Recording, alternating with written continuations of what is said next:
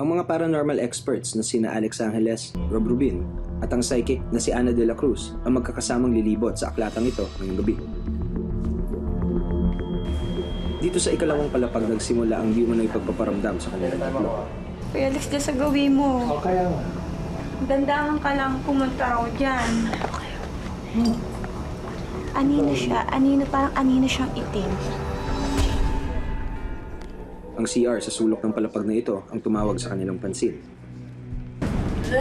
Oops, tama. Alex, stabilizer.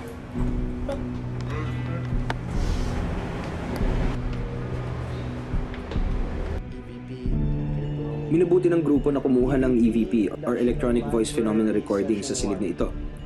Isa raw itong paraan para malaman kung meron nila lang gusto makipag-usap sa kanila. Pwede bang salita lang po kayo sa hinahawakan po namin dito na parang recorder? Ano po?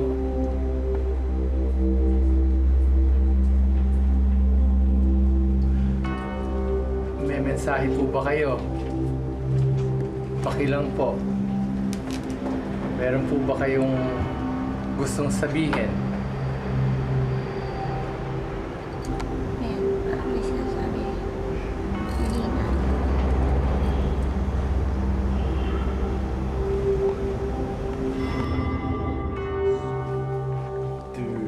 Paakyat ng ikatlong palapag. Hindi inaasahan ni Alex ang agresibong pagsalubong sa kanya ng isang di nakikitang nilalang. Meron dito. Lex, this thing's going up. Oh, I know. Algara naman Kuya Alex yan, sumalubong na. Oo nga eh. Ang tuloy niyang kumilos. Oo. It went up to 4, went down to 1. So whatever it is, it's moving. Dito sa ikatlong palapag, ang mga marka ng yapak na matagal nang ipinagtataka ng mga empleyado, naging palaisipan din sa ating mga eksperto. Iba-iba ang kanilang interpretasyon sa mga markang ito.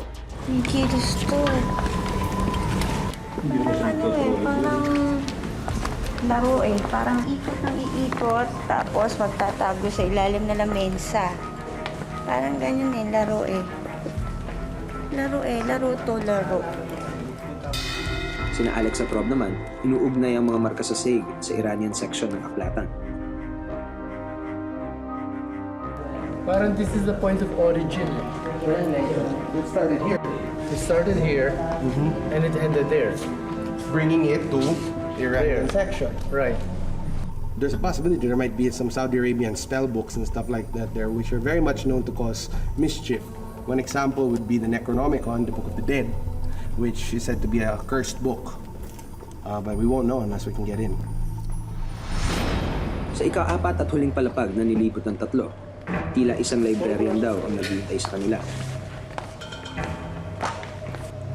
Parang may babaeng gumagala rito. Meron. Ha? Oo, meron. Oh, Not enough. Bayan dito. Oh, old lady who used to work at this desk. Yun na. Nakadan siya ng lakad dito. Gusto niya itong lugar na to malinis. She died here. Babae. Halita babae siya. May antipara. Actually a fan on the floor. Yeah. What was that? Oh. She's asking for my library card. Para kay Ana, tatlong kakaibang residente ng aklatan ang kanyang nakita.